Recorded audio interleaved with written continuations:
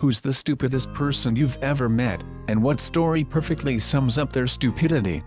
I've posted this story before, but this seems like another appropriate thread for this story. One night during high school, my friend and I got invited to a party. I didn't drive back then, so my friend picked me up. All went well on our way to the party. On the way back, however, he got pulled over. As we were pulling to the side of the road, I told him that I was gonna pretend to be sleeping, since I was the passenger. Anyway, I hear the cop get out of his cop car, walk towards our car, stops at the window but doesn't say anything. I can feel the brightness of his flashlight, but I don't hear him or my friend say anything. After about what seemed like an eternity, I decide to open my eyes to see what's going on. That's when I see my friend, the guy who is driving, is pretending like he is sleeping too. Guy I went high school with was at a party and asked the homeowner if he could have her tattoo kit. She obviously said no. He left and came back an hour later with a ski mask on, demanding for the tattoo kit. Was arrested the next day. Can't make up that kind of stupidity.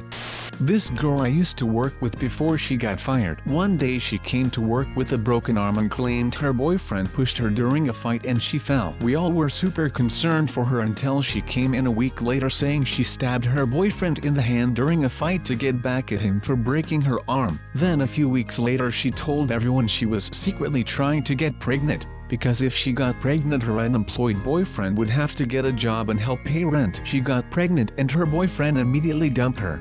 I worked with a man named Roy. Roy had theories about how to live life. Roy-economics. One day, he turned to me and the other member of the crew. "You boys wanna know how you get nice things?" he asked. "You go to the store, and you finance everything. New furniture, new appliances, televisions, stereos, everything. Then, you don't make any payments, and you don't show up for your court date. They'll end up garnishing your wages, but they take way less than the payments would have been. Then, about a week later, you boys wanna know how you buy a house? You apply for every credit card you can possibly get, you take out your entire balance in cash from all of them, and you use that for your down payment. Then, you don't make any payments, and you don't show up for your court date." I can sum it up very easily. We were at the shooting range. His gun jammed. He looked down the barrel to see what was wrong. I almost dated a girl who thought the sun and moon were the same thing. My friend's sister was 20 and pregnant. She said something about how upset she was her vagina would be ruined. I jokingly said maybe he'll come out of your butt. Instead she said, "What do you mean? Can they come out of there too?"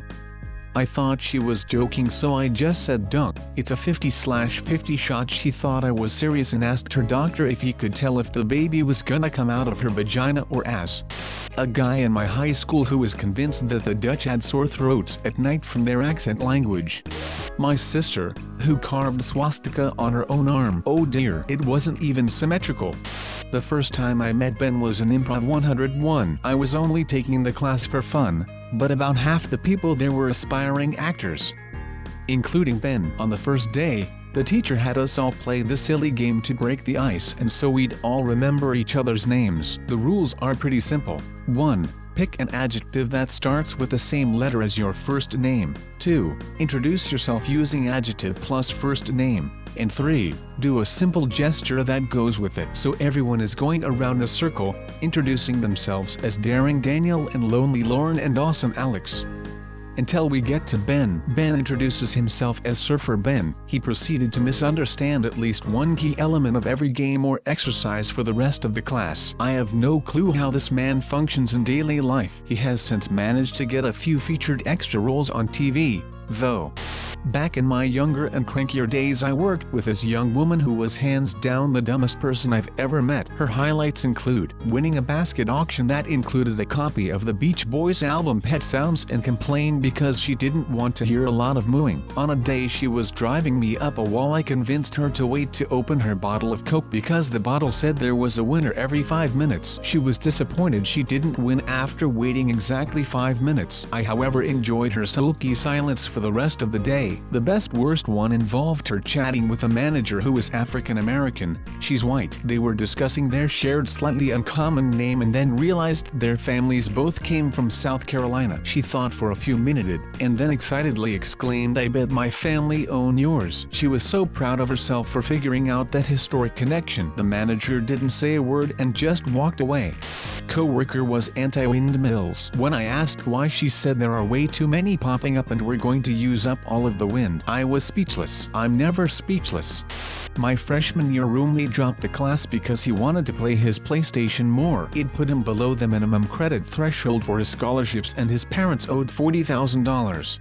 My brother, he is genuinely the stupidest person I know. He has broke his arms 5 times, 3 for the right arm and 2 for the left. This is how he did it. 1.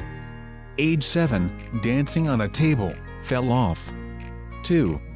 Age 15, smoking pot with friend, cop shows up and he runs, jumps a fence, shorts get caught, he falls out of THEM onto his arm. 3. Age 17, runs in front of his friend's truck as it went down the road at 30 mph. 4.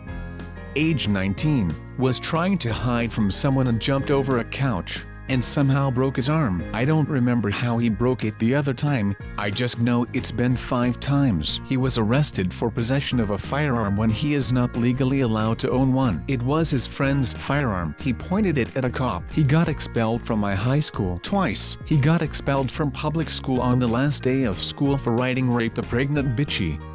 Call it a threesome on a final note. These are rap lyrics. He did not actually rape a pregnant woman. He had 2 lines in a mandatory play. He still messed it up. While in prison, he got a marijuana leaf tattooed on his face. Upon seeing him for the first time after prison, he said, "Mom thinks I'm getting it removed, but I'm only gonna make it better. I'm also gonna get Chinese lettering down my face.